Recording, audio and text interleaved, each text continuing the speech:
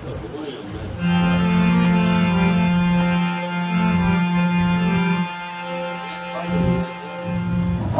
જેવડા દલડા જેના કદીએ ના છલકાય, ઝેરના ઘૂંટડા જીરવી જાણે અમૃત સૌને પાય, સાચા સંત એમ કરીને ઓળખાય કે હરિરસ પીવે ને બીજાને પાય.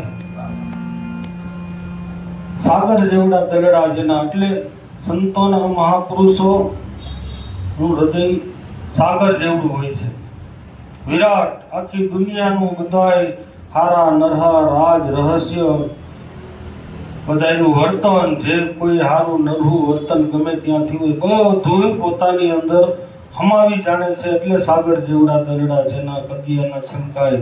ગમે તેવું વર્તન કરે છતાંય પોતાનું વર્તન પોતાની વાત એ ફૂગવા નથી દેતા. એટલે સાગર જેવડા દલડા જેના કદીએ ન છલકાય, ઝેરના ઘૂંટડા જીરવી જાણે અમૃત સૌને પાય, સાચા સંત એમ કરીને ઓળખાય, હરિરસ પીવે બીજાને પાય.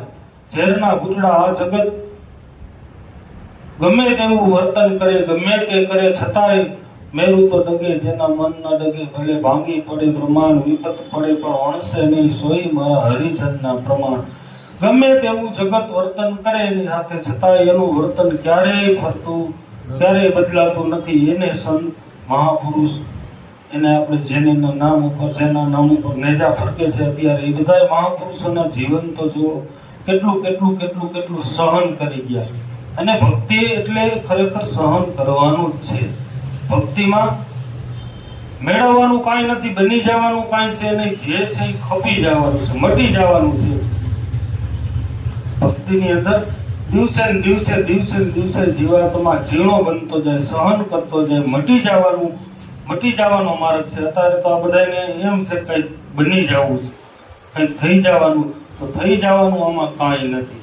તો ગુરુ થવું છે, ગુરુ થવું પણ ગુરુ થવું છે શું કરવા એ ખબર છે? ગુરુનું કામ શું? ગુરુ થવું એટલે કે આપણું તન મન અને ધન એ સમાજ વાહે ગણી નાખવું, હોમી દેવું છે જેને, એને ગુરુ થવાનું. અચ્છા સંતો મહાપુરુષો જે ગુરુ થયા શું કરવા થયા? આમાં કઈ બની જવાનું નથી, કઈ માનપાન કઈ મેળવવા માટે ગુરુ નથી થવાનું. પોતાની સંતાનની જેમ પારકી જણેલી સંતાનને પોતાની કરી અને એની વાહે બધું પોતાનું તન મન ધન ઘસી નાખે, એ ગુરુ થવાની વાત છે. ગુરુ થવું એટલે કઈ કોઈ શોખની વસ્તુ નથી. આ તો એક ધર્મ, મહાધર્મ. દાદાએ એને કીધું કે મહાધર્મ છે. ધર્મ ને જે સંતો મહાપુરુષ પોતે ભજન કરે છે એ ધર્મ છે, અને પોતે ને બીજા હાટું ભજન કરે છે એ મહાધર્મ છે. હવે તમારાથી તમારું ભજન નથી થતું, તમે ગુરુ થઈને શું કરશો બાપા? એ તો કયો. આ તો બાળક કરે કે ન કરે, એકવાર હાથ થયેલા પછી એનું ભજન જે મહાપુરુષો જે સંતો કરે છે અહીં ગુરુની વાતું છે. ગુરુ થવું હતો અત્યારે તો એક વાયરો, એક ફેશન, જેમ ગુરુ થવું એટલે લાઈન લગાડી દે, શિષ્યની લાઈન લગાડી દે, ગુરુ લાઈન લગાડી દે, અને કે તુંય ગુરુ શું પણ ગુરુ. તમારે કીધે તમારું ભજન થાય એમ હતું, એમાંથી જાઓ કોકના ગુરુ થાઓ તો. કારણ કે તમારે કીધે તમારું ભજન નથી થતું તો ગુરુ થઈને શું કરશો બાપા? તમારે કીધે થોડુંક ઊંધું ભાથું થાય એમ હતું ને, એ થાય એમ નથી. છતાંય જો તમારી તૈયારી હોય, જગત પાછળ સંસારમાં કઈક પાંચ જીવાત્મા પાછળ કઈક સારા કામ કરી જવાનું, તો ઘસાવાનો માર્ગ છે. તનથી, મનથી અને ધનથી બધી રીતે કોક પાછળ ઘસાઈ જવું, એનું નામ ગુરુ. આપણા દાદા જોઈ લ્યો, જસુરામ જોઈ લ્યો, નાનક જોઈ લ્યો, આ પેઢી જોઈ લ્યો, શું કર્યું એને? પોતાનું હતું એ ઘસી નાખ્યું, કોકની પાછળ ઘસે. બધા મહાપુરુષો, દેવીદાસ બાપુ જોઈ લ્યો, અમરમાં જોઈ લ્યો, ભોજા બાપા જોઈ લ્યો, જલારામ બાપા જોઈ લ્યો. આમાં કઈ બની જવાનું કે કઈ થઈ જવાનું કે કોઈ નામ ના મળે એવું કાંઈ છે નહીં. ભજન આપણે આપણું ભજન કરી લેવું છે, બીજા 2-5 નું ભજન કરી લેવું છે એ ગુરુ. પોતાને કરી જવું છે, 2-5 ને બીજાને તારી દેવા છે એ ગુરુ.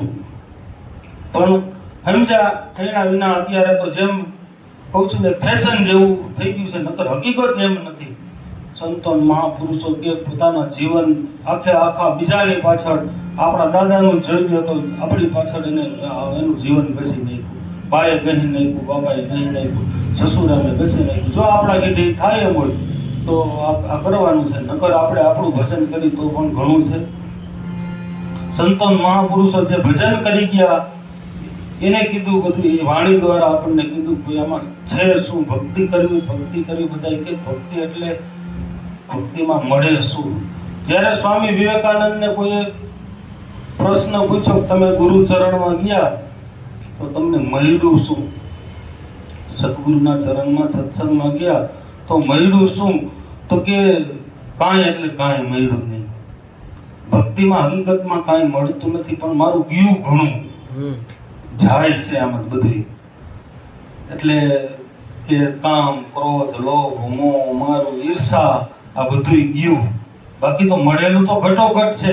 હવે અત્યારે દોટ જ ઊંધી છે બધાની, કાંઈક બનવાની દોટ. હકીકત ભક્તિ બનવા માટે નથી, ભક્તિ મટવા માટે છે. જેને મટવું હોય આમાં આવી જાય. એટલે આપણા કબીર સાહેબ કે કબીર ખડા बाजार में लिए लुकाठी हाथ जो चलाए घर अपना चले हमारे साथ. હા, એનું કામ છે. જેને ખપી જવું છે, કઈક મટી જવું છે, કઈક હોમાઈ જવું છે, કઈક ઝીણું બની જવું છે, ઈ આમાં માલ કાઢ્યું. આમાં કઈ મેળવવાનું કઈ નથી. આ જીવ આ 84 લાખ યોનીનું ચક્ર મારતો જીવને એક વખત મનુષ્ય દેહ મળ્યો. આ ફેરો છૂટવા માટે મળ્યો છે. આમાં ભગવાનનું ભજન કરી કઈક ઝીણા બની કઈક તમારા અહંકારને ઓગાડી અને મટી જવાનો માર્ગ છે. તો તમને ફરી ફરીને જે માતા ગીરના ઉદરમાં ફરી જન્મનું ફરી એમાંથી છુટકારો, એ પીડામાંથી છુટકારો મેળવો એટલે ભક્તિ.